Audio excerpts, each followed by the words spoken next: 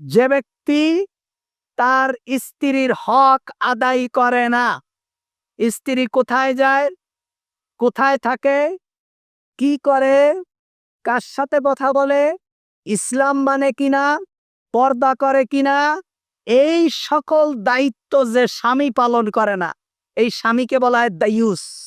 জান্নাতের গেটে লেখা থাকবে আর দায়ুসু লা ইয়াদখুলুল জান্নাহ, দায়ুস ব্যক্তি জান্নাতে প্রবেশ করবে না।